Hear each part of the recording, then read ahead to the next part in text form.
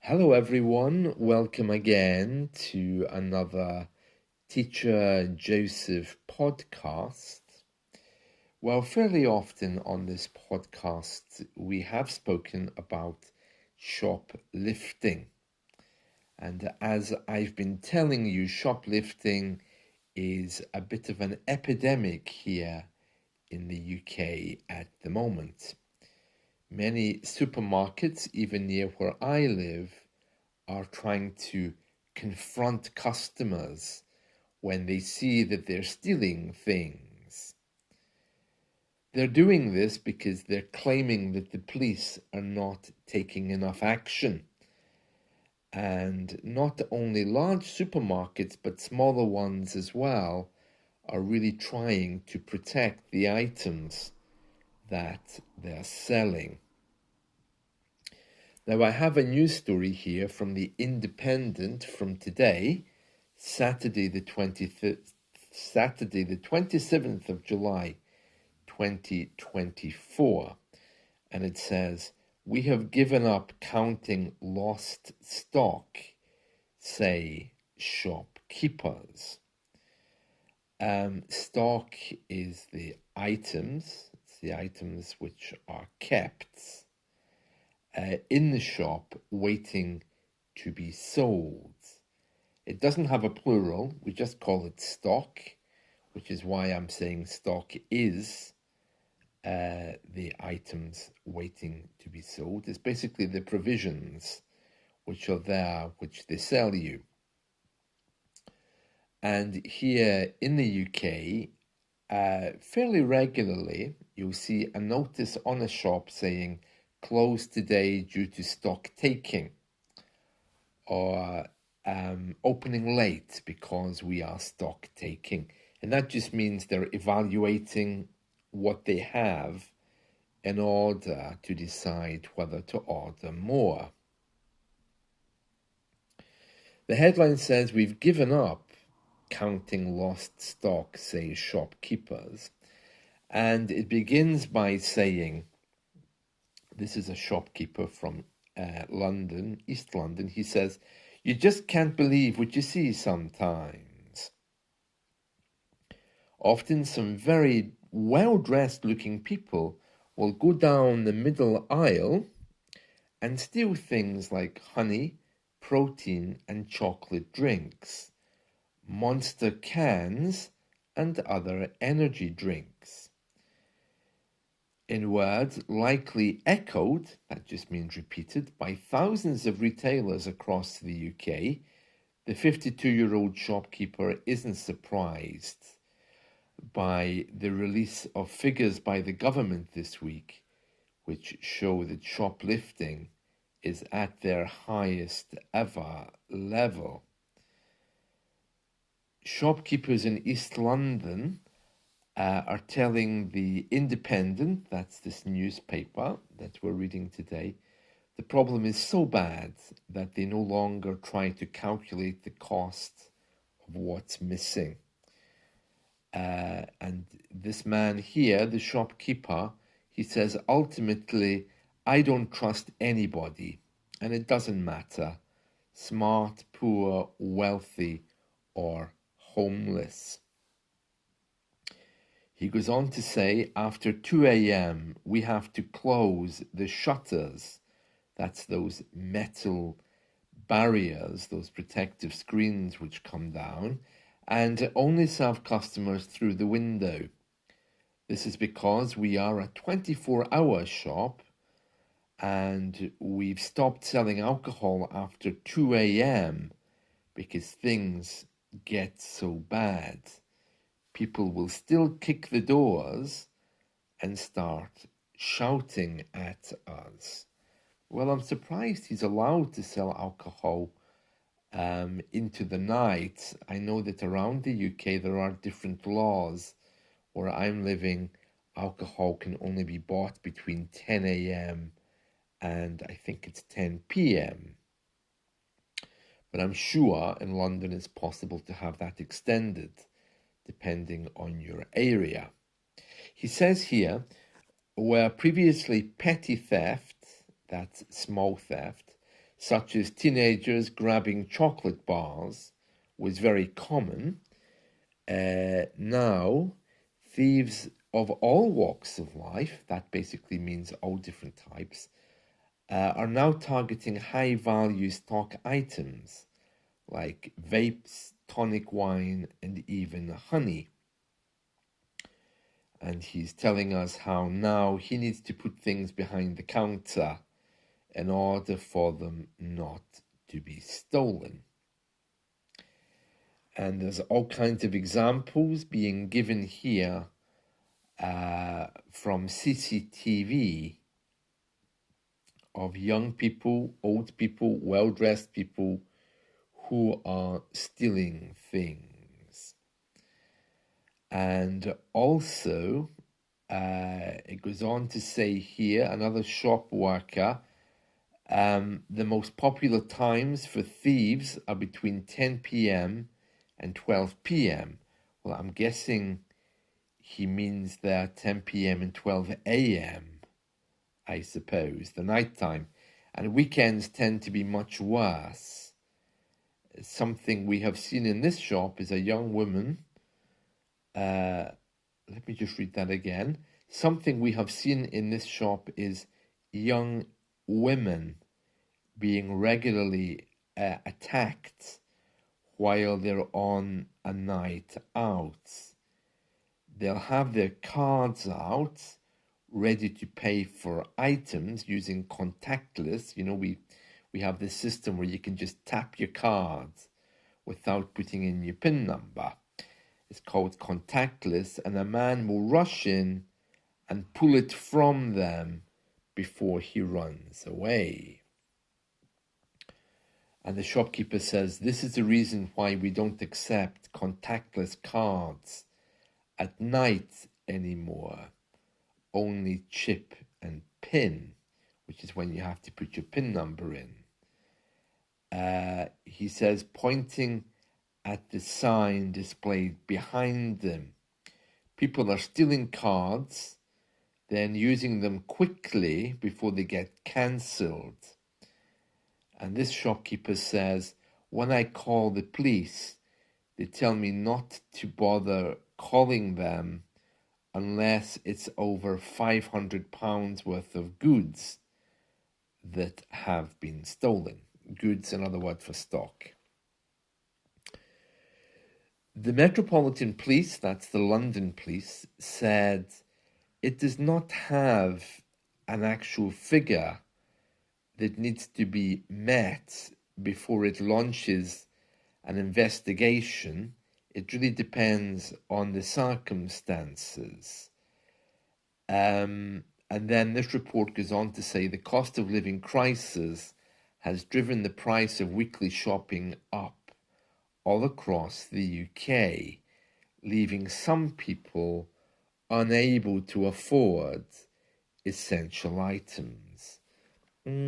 Yeah, that's true, but depending on where you live, it might not actually be that bad. For example, in the northern part of the UK, it's not that there's more benefits available, but people tend to be dealing with this differently than in the south, because the south, of course, is very, very expensive to live in.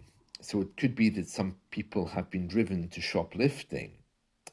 Although at 2 a.m., I think it's probably more about social problems such as alcoholism and drug abuse. I mean, I don't know, I'm no expert, but again, these figures are reflecting the symptoms of a problem. And as usual with these things, nobody is really daring to say what the problem actually is. Is it people drinking too much? Is it low moral standards? Is it drugs? Is it actually poverty? No one wants to say, because if we even suggest something, we'll be told that perhaps we're not looking at the problem correctly. And if we suggest that it may be a drugs problem, then it sounds very moral. It sounds like we are judging or pointing the finger, because the truth is, nobody knows why people are doing this. It says here that the cost of living is widely attributed as one of the main causes of rises in shoplifting incidents. I'm not sure I agree with that. I mean, I have to say that from what I can see, everyone has cash in their pockets. Pubs are full. I haven't seen anybody who's starving.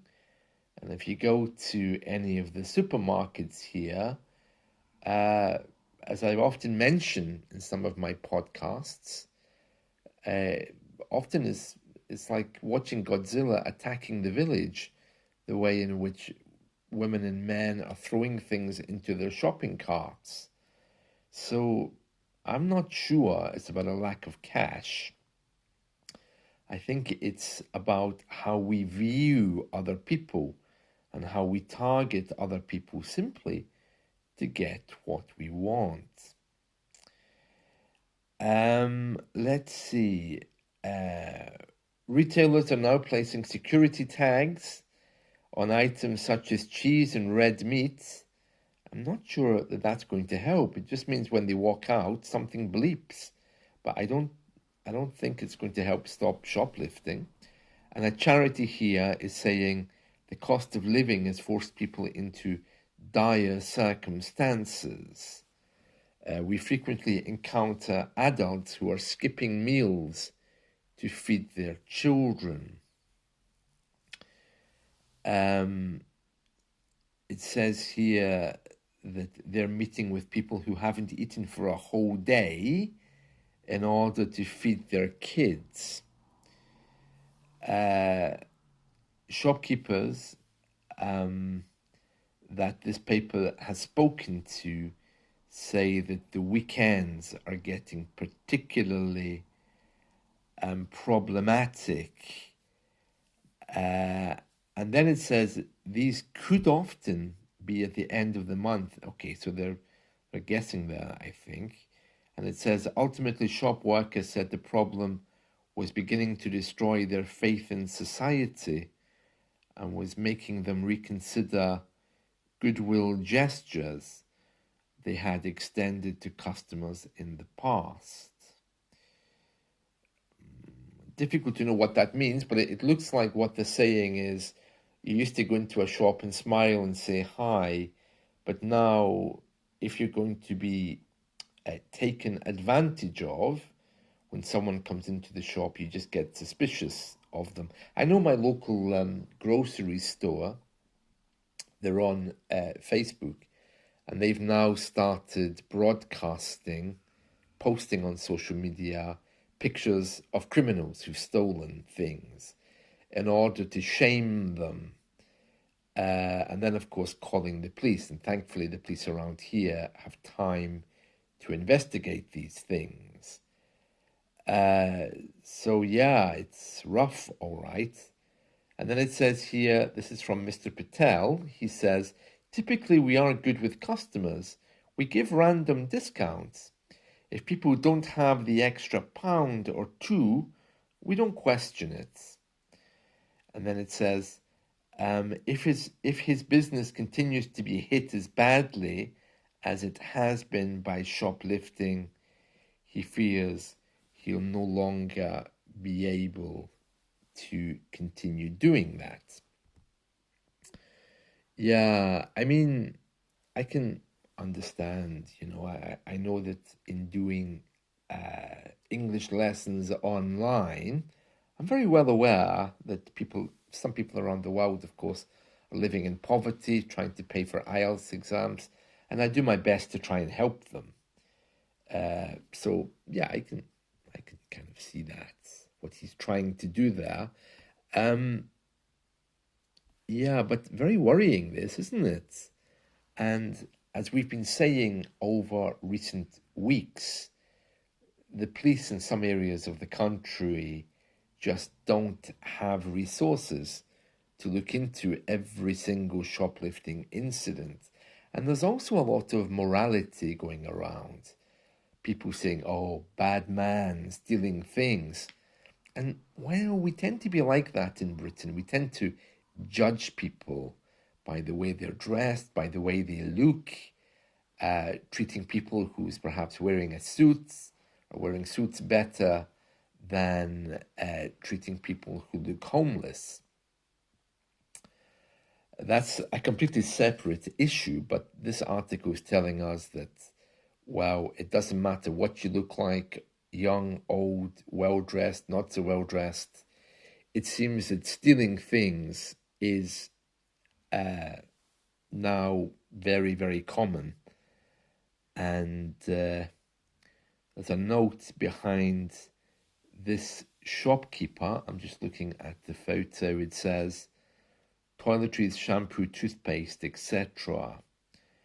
Now is next to the counter, because presumably they can keep an eye on these things. Yeah, on the other hand, though, I mean, selling alcohol at 2 a.m.